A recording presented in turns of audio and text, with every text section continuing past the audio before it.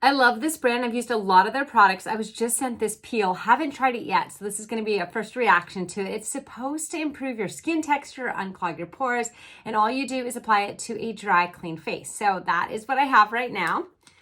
This is what it looks like. I'll put some on my hand here. Ooh, I was not expecting that. So it's red, like blood red. That's kind of cool. And then this is going to actually stay on up to 10 minutes. So I'm just going to put it on kind of thin. Maybe I'll do a second layer of it. But since I've never used it before, I think I'll just do one thin layer and maybe leave it on, I don't know, maybe half the time just in case I have a reaction. I don't think I will, but you know, sometimes you got to build up to a peel.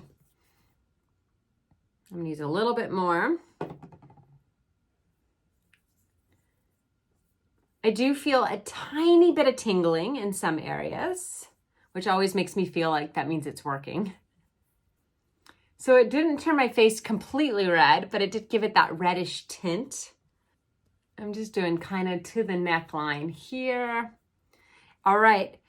Feels a tiny little bit like sticky. I'm going to let that dry on my face, rinse it, and then I'll come back and show you the results.